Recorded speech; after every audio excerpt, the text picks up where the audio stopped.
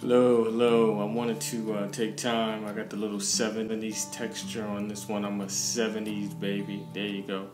To respond to Alina Stowski, who happens to be from my town. I don't know her from when I was growing up. However, we happen to be from the same town, so I think that's interesting.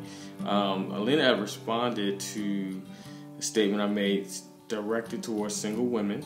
The statement was, warning: do not give your body over to a man prematurely. Sexual intimacy before marriage is premature.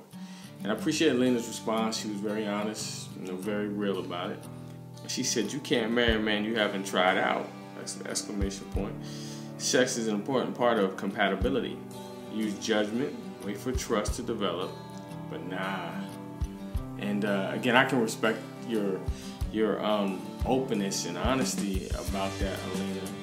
However, I would say that it is very dangerous to think that trying it out would equate to compatibility. The sexual relationship between a man and a woman is such a powerful expression of love and intimacy that is really designed exclusively for the married, for a lifelong commitment of discovery. I mean, if you can communicate, you can have a sexually fulfilling life in marriage.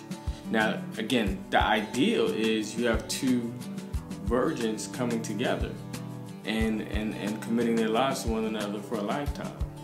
And so everything is new, fresh. There's nothing to compare. I think part of the challenge you're dealing with when you talk about trying it out is now you got to compare this experience to another experience.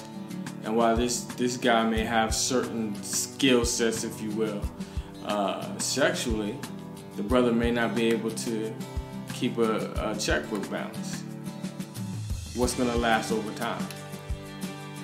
From a sexual standpoint, as I said, if you can communicate, which communication is very important in a relationship, if you can communicate, you can become sexually fulfilled. And I love to hear your comments in response to that. And then, at the end of the day, when we talk about good judgment, trust, these type of things, would you say that your judgment is better than God's judgment? God has designed sex for the married. And there's a reason, as the daughter that he loves dearly, that he would say, wait. Don't give yourself over to just anybody. But the most precious part of who you are and expressing who you are to someone else should be reserved for the lifelong relationship. If you're saying, I'm going to give the rest of my life to be with this guy, then you don't want to just kind of make yourself available just to anybody. I know you're saying be careful, take your time, and I'm sure you've discovered that over experiences. But where has those experiences led you to at this point in your life? My recommendation is to go God's way and get God's results. Let's talk some more. Thanks.